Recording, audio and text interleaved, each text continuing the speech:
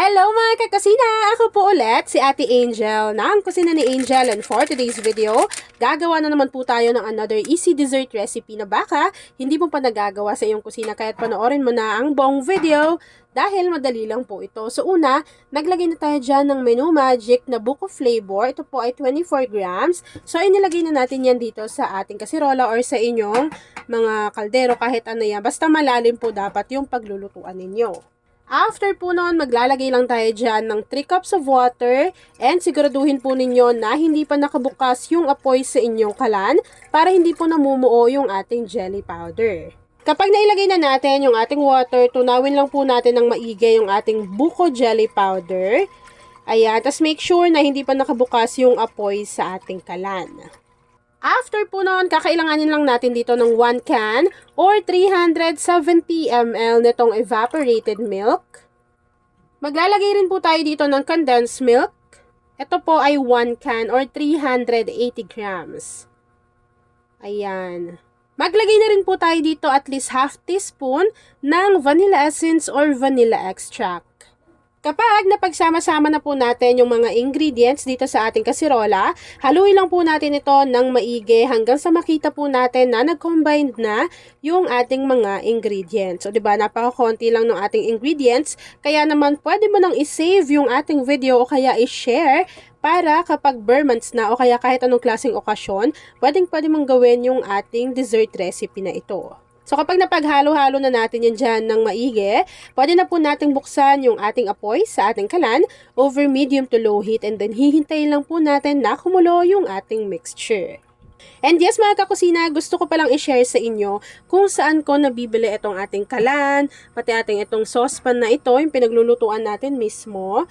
So, dito sa ating YouTube, alam nyo ba na meron na po tayo ditong YouTube basket. So, yung basket na yon, pwede nyo yung i-click kasi doon po namin inilalagay kung saan namin nabibili yung mga products. So, marami pa rin sa ating mga kakusina ang hindi pa nakakaalam nun. Actually, kahit yung ibang tao hindi pa nila alam na pwede na palang bumili ng products dito sa YouTube. So, kagaya niyan, kung nagustuhan ninyo yung saucepan o kaya itong ating gas light, alam nyo ba, pwede ko yan dyan ilagay sa ating basket. Tapos, pindutin nyo lang yung basket na yon, pwede na kayong bumili.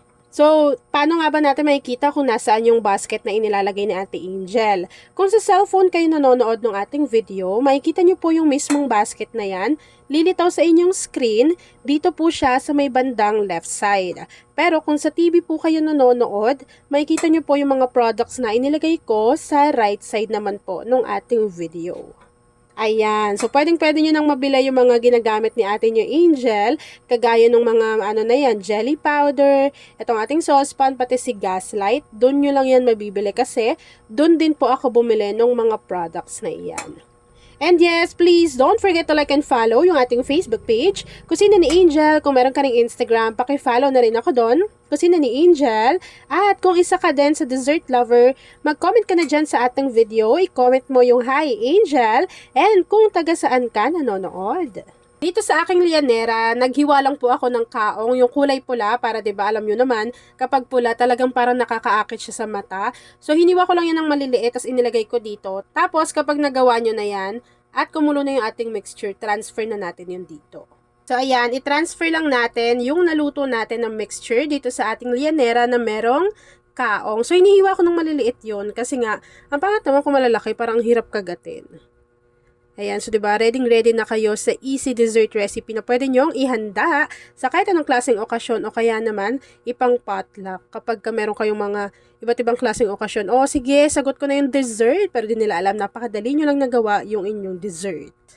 At ayun na nga mga kakusina, once na i-transfer na po natin to dito lahat, hintayin lang natin yung mag-set, mag-firm, and then after po noon, ipapakita ko na sa inyo kung ano yung natapos nating napakadaling dessert. At ayun na nga mga kakusina, once na lumamig na or nag-firm na yung ating dessert recipe this time, pwede na po natin tong i-enjoy. At ayun na mga kakusina, tapos na po ang ating easy dessert recipe na red kaong jelly dessert. Kung nagustuhan mo yung ating video, please like and share this video. At kung hindi ka pa nakakapag-subscribe sa ating YouTube channel na Kusina ni Angel, please click subscribe button, click mo na yung notification bell, click all para lagi kang updated sa bawat ina-upload kong mga videos. Yan lang mga kakasina. Thanks for watching and enjoy this video.